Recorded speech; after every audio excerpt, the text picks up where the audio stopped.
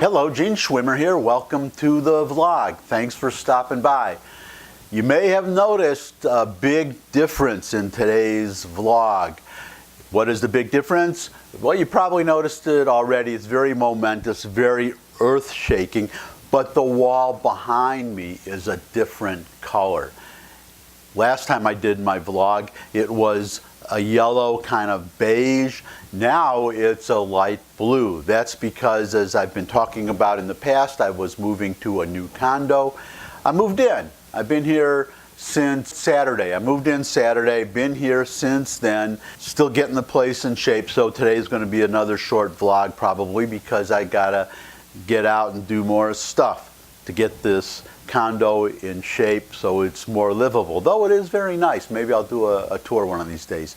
So on to today's topic, which is Israel and the Palestinians and the peace process, and most of all, the Donald Trump so-called deal of the century. That's what they're calling it. The discussion, from what I've been reading and seeing and hearing, seems to revolve around whether the plan will work, whether the Palestinians will accept it, and third, whether this is the right time even to promulgate the plan. To me, these three discussion points, or you could call them bullet points, I guess, these three bullet points show a complete misunderstanding of the situation and a complete misuse of this whole so-called peace process, and even putting forth a plan, which I thought was a bad idea in the first place. I could go into more detail. I will in another video. As I say, I don't have much time. The reason that this issue is being so intractable is that people are not acknowledging the basis of this issue, which is religious. It's completely a religious issue. It has nothing to do with politics or land borders or anything similar to that. It's a matter of the Palestinians and most Arabs in the area, though not as many as people would think. And I think I see changes in the leadership at the top, which is why I'm proposing what I'm about to propose. The Palestinians just will not accept a Jewish state. They will not accept Jewish sovereignty anywhere in their homeland. They will not acknowledge the obvious historical fact that Jews are the indigenous population of the area between the Jordan and the Mediterranean, who have lived there for 3,000 years. Even when the Romans exiled most of them, or most of us, I should say, because I'm a Jew too, that Jews remained behind. And most of the Jews there are so-called Mizrahi Jews, which are Jews that are from the Middle East, not Ashkenazi Jews such as I am. Jews who are descended from those Jews who were forcibly exiled by the Romans in the first century. Not realizing this simple fact is the root of why it's a waste of time to keep talking to the Palestinians and trying to come up with some kind of agreement that they will accept, because they will not accept any agreement that recognizes a Jewish state or the right of Jews to be sovereign in their own homeland. There's an old interview with Dennis Ross, who was at the Bill Clinton Camp David talks between Ehud Barak, the Israeli prime minister at that time, and Yasser Arafat, the Palestinian president, which is just a fancy word for dictator, the way they do things on the Palestinian side over there. At Camp David, he was ready to sign an agreement. All the Palestinian officials that were there with him, they were urging him to sign the agreement that gave the Palestinians 97% of the land that they wanted, 93 to 97%. I see various estimates. He refused to sign it, and it had nothing to do with borders. It had everything to do with ending the conflict, because there was a clause at the very end of the agreement that said, this is the final agreement. It settles all issues between the Palestinians and the Israelis. From that point forward, there would be no more negotiations. There would be no more redrawing of borders. There would be, in short, no more opportunity for the Palestinians to get any more land or to fulfill their dream of destroying Israel. Yasser Arafat refused to sign. He walked away from that agreement because of that one clause having nothing to do with borders. I think, well, I more than think, I pretty much know it's becoming increasingly obvious that the leaders of Saudi Arabia and Egypt and the Emirates, they are starting to realize the results of the root of the problem, which is that there is no possible agreement between the Palestinians and the Israelis to which the Palestinians would agree. You can see they're starting to write them off. They make promises, they give lip service to supporting the cause of the Palestinians, but they're cutting back on their financial contributions.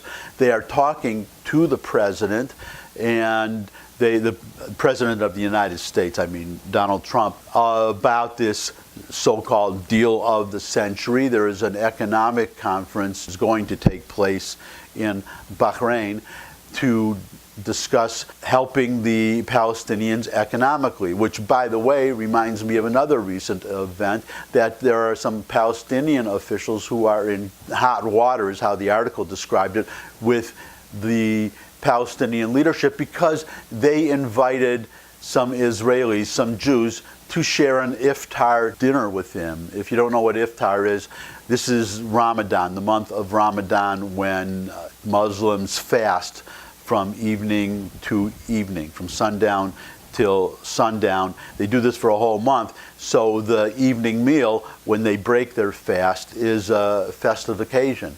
And sometimes they invite guests to join them. So they invited some Jews, and these Jews were happy to attend. And now the Palestinians who invited them, they're in hot water because the Palestinian leadership, they denounce anybody who has normal relations with Israel. So how do you expect to achieve peace when you have these Palestinian leaders who will not countenance any normalization of relations between Israel and the Palestinians, or let's be more specific and honest, between Jews and Palestinians, or between Jews and Palestinian Arabs? I don't know how the Christians feel. The dwindling number of Christians in the Palestinian Authority area, which is an interesting contrast with the Christians in Israel.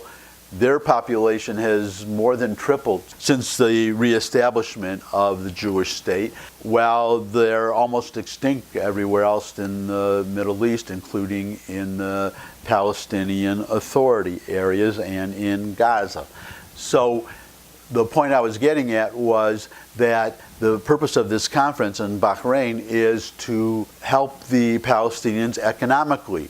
There's no reason, however much they might hate Israel or may not want to agree to a peace settlement, there is no reason why they cannot be trading with Israel, working in Israel if they laid down their arms, and having Israelis and other people invest in the Palestinian Authority area and hire people, maybe have SodaStream come back. SodaStream is one of the companies that left the Palestinian area. They had a factory there. They were employing Palestinians and they were paying them 5 times what they would get working for a Palestinian.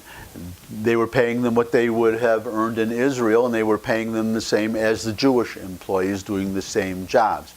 The Palestinians did not like that, and so they have to suffer. And the Palestinian Authority leaders, they're denouncing people, calling them traitors, any Palestinian who attends this economic conference intended to help them, the Palestinians. That's how obstinate they are, which brings me to my recommendation, is instead of trying to get the Palestinians to agree to this plan, instead of trying to come up with some kind of arrangement, because no such arrangement is possible, they should just put the plan on the table and walk away. The Arab leaders who are sensible and who are fed up with the Palestinians, who have always betrayed them, especially in Saudi Arabia, you have to remember that when Saddam Hussein invaded Kuwait and was threatening Saudi Arabia, the Palestinians sided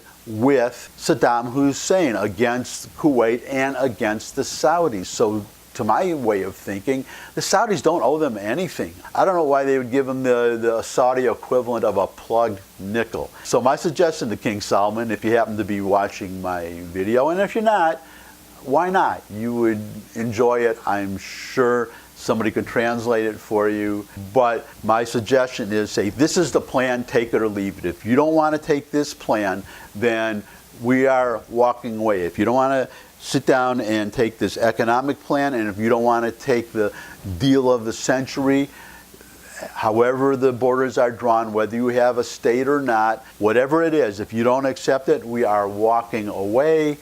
You're on your own. Good luck. Have a nice day. Fini. The end. We're done with you. That's my suggestion. And that's this video. Thank you again. I almost said goodbye, but it's not goodbye yet. I have to remind you, if you like the video, thumbs up. If you think somebody else could benefit from the video, then by all means share it with them. If you have any comments you would like to make, there's a comment section below the video where you could put your comments. You can also put in the comment section any suggestion you might have for a future topic that you would like me to cover. If you have a Twitter feed, it would be fantastic if you could tweet out my URL, either for this video or other videos, or for the whole darn channel. And finally, subscribe. If you subscribe, then you don't have to worry about missing a video. I try to put them out during the week, Monday through Friday. So far I've made it. Maybe I might miss one. Who knows?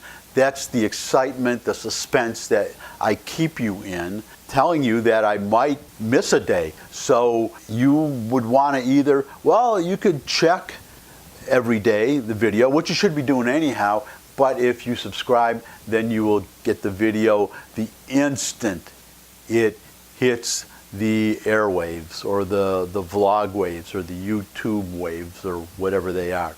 Yeah, that's it. See you again soon. Bye.